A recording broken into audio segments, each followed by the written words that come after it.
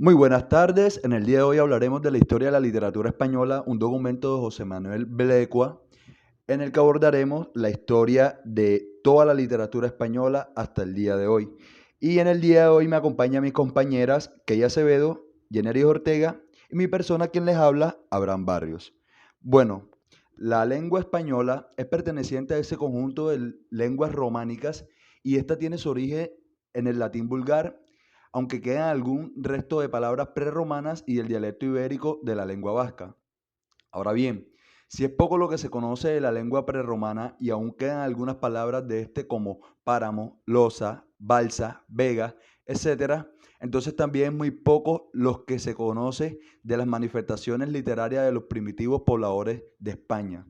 Se supone que estos tenían pequeños cantos de tipo religioso y de tipo prófano, y según Estrabón, un geógrafo e historiador, hace referencia a que los andaluces primitivos turdetanos tenían leyes en versos, aunque esto hoy no se puede entender de forma muy literal. Otros historiadores clásicos hablan también de los peanes de los lusitanos, cantos de guerras con que solían entrar a las batallas y no era muy aventurado creer en los cantos de primavera, de narradores o en las narraciones míticas. Un ejemplo de esta es la leyenda de Gárgoris, rey de los curetes. Según esta leyenda, Gárgoris mantenía relaciones con su hija, cuyo nombre se desconoce. Al quedar esta embarazada, Gárgoris mandó que fuera encerrada para avergonzarla y ordenó asesinar al niño, Avis. Pero este, siendo preservado por la fortuna, consiguió sobrevivir a todas las calamidades. Es evidente que la cultura levantina, creadora de la dama de Elche, era muy refinada y con rasgos muy característicos. Sin embargo, todo esto fue borrado por la colonización romana sin que podamos hoy averiguar algo que pueda persistir en la literatura ibérica. Asimilación del latín. El latín vulgar luchó durante mucho tiempo con las lenguas ibéricas, sin embargo fue vencido. De tal manera fueron asimilándose a la cultura latina hispano-romana al punto que nuestros poetas y prosistas como Lucano, Séneca y Marcial compitieron ventajosamente con los escritores romanos. Pero nada de esto hizo olvidar el acento del habla ibérica. Hubieron personas como Adriano, un cuestor de esta época, no podía en sus discursos del Senado abandonar el acento dialectal y Cicerón se burlaba por la misma causa de los poetas españoles ya latinizados. Elementos no latinos. Ahora bien, a este núcleo latino se han venido añadiendo voces que no pertenecen a la lengua romana, tales como son las voces germánicas y visogóticas, arabismo, galicismo y cultismos, etc. Estas invasiones germánicas no solo cambiaron políticamente el imperio romano, sino que también lo hicieron con la lingüística. De estas voces germánicas y visogóticas son guerra, yermo, guarnir, espuela, feudo, que son uno de los ejemplos de palabras que quedaron. El imperio visogótico comenzaba a afianzarse y a tener realidad histórica cuando la invasión árabe quebrantó la unidad y desgajó España política y lingüísticamente. El poder que tuvieron los árabes en la cultura fue inmensa, que se puede decir que después del elemento latino, el árabe es el que tiene más extensión. Es difícil encontrar una zona de la lengua española donde no aparezcan voces musulmanas, ya se trate de ciencias, de arte de guerrear, de la administración o de la agricultura. Un término muy importante por nombrar es el mozárabe, que era esa forma dialectal que sostuvo como consecuencia por conservación de una extensa zona peninsular bajo el dominio de los árabes durante mucho tiempo.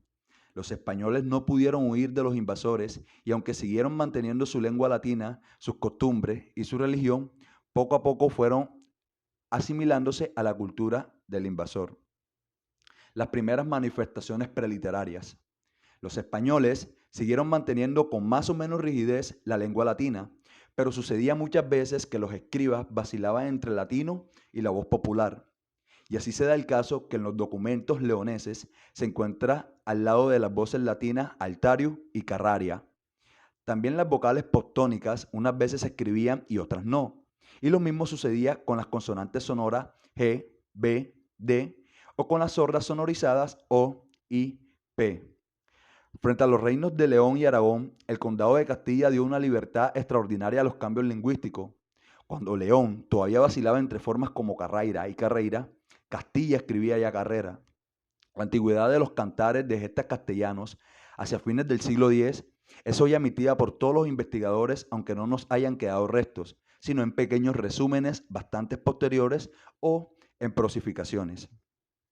Se habla que para el estudio del español preliterario, es decir, anterior al poema del sí, son de valor excepcional los documentos notariales y las llamadas glosas silenses y emilianenses, donde la lengua romance aparece ya con toda conciencia de su valor. Ambas glosas proceden del siglo X y están escritas en dialecto navarro-aragonés. Hablemos de la influencia francesa. Finalmente, se va a hablar en este capítulo de la influencia extranjera, en este caso particularmente la francesa, que sufre España en los siglos XI, XII y XIII por una serie de causas políticas y geográficas que van incorporándose a corrientes más nuevas y europeizantes. Aquí cambian muchas costumbres de la península. Por ejemplo, el antiguo rito visigótico mozárabe se sustituye en las iglesias españolas por el rito romano. Se abandona la arquitectura mozárabe por la románica y la letra carolingia o francesa termina por arrinconar a la visigótica. La lengua y la literatura se notan perfectamente estas influencias francesas como la épica, la lírica y la poesía narrativa. Se incorpora también voces como homenaje, pitanza, fraile, jardín, vergel, doncel, etc., que son galicismos introducidos en esta época. Ahora, hablemos de la epopeya medieval. Las primeras manifestaciones que se conservan de la poesía medieval son los cantares de gesta, esos poemas épicos referentes a héroes y personajes medievales. Gracias al trabajo de Ramón Menéndez Pidal, todo el mundo admite hoy la antigüedad y el desarrollo de nuestra épica, aunque el poema más antiguo que se ha conservado es el Cantar del Miocí, que data en el siglo XII. Desde 2 siglos anteriores existieron cantares de gesta. Caracteres de la épica española. La épica española se caracteriza frente a la épica francesa y germánica por su extraordinaria historicidad y realismo. Se da un hecho curioso de que poemas perdidos pueden reconstruirse por haber sido prosificados en crónicas, ya que el contenido histórico y nacional que conllevan los hace servir de auténticos documentos. En esta época prevalece la nota sobria y sensata ante las notas quiméricas, de fantasías y maravillosas, y los personajes no eran idealizados, sino que guardaban proporciones humanas. Una de las características de los poemas de gesta es la continuidad histórica.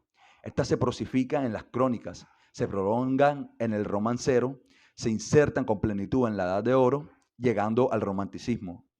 A diferencia de las otras literaturas, la nuestra no produce en el Renacimiento una escisión con lo medieval, sino que traspasa los límites y penetra hasta nuestros días. Ahora hablemos de esas épocas de la poesía épica. Menéndez Pidal dividió en 4 épocas el tiempo en el que se cultiva la poesía épica en España. La primera época llega hasta 1140, construida por poemas de corta extensión cuyos rastros se encuentran en las crónicas latinas. La segunda se extiende desde 1140 hasta 1236, época de florecimiento, es llamada. La tercera, de 1236 a 1350, ya aquí se utilizan los poemas como relaciones históricas en las crónicas. Y la cuarta y última se extiende de 1350 a 1480, que es la época de la decadencia. El Cantar de Miocí.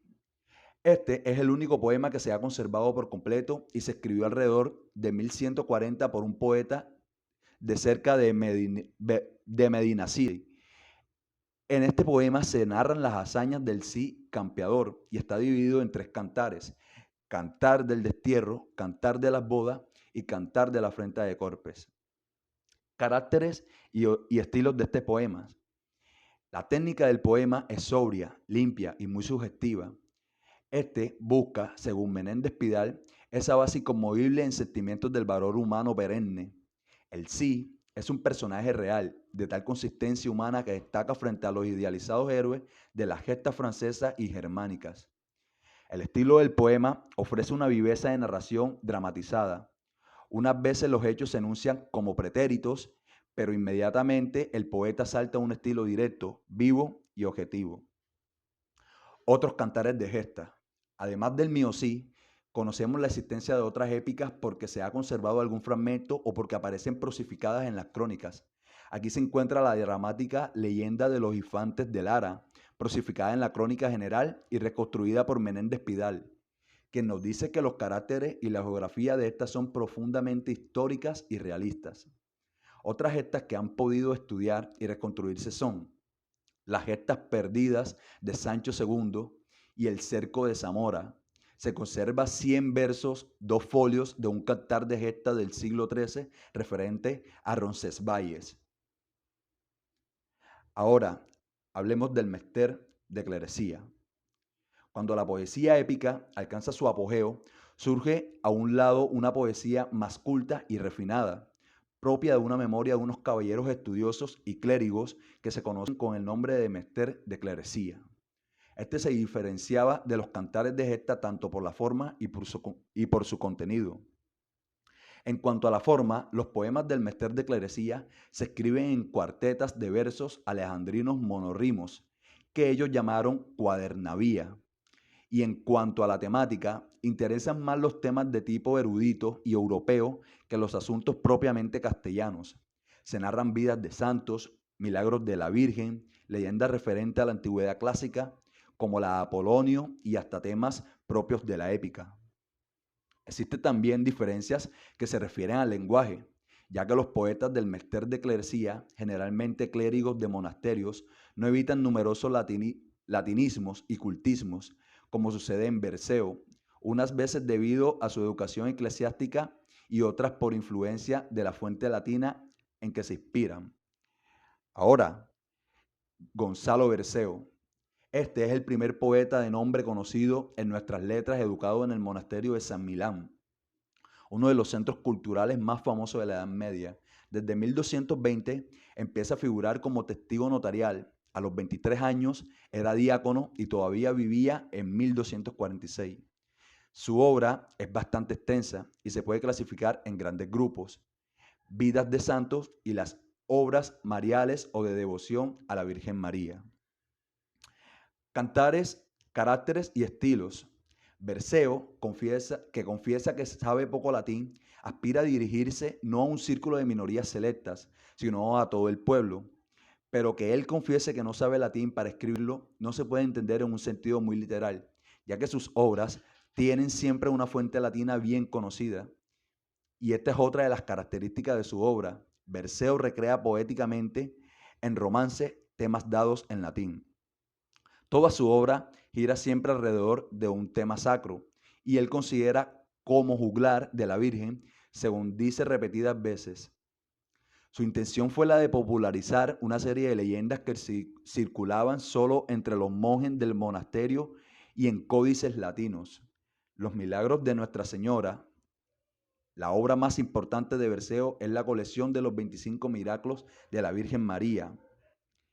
El libro de Alessandre es un extenso poema, el más largo del mester de clerecía de mediados del siglo XIII, referente a la vida de Alejandro Magno según la historia clásica y las leyendas medievales.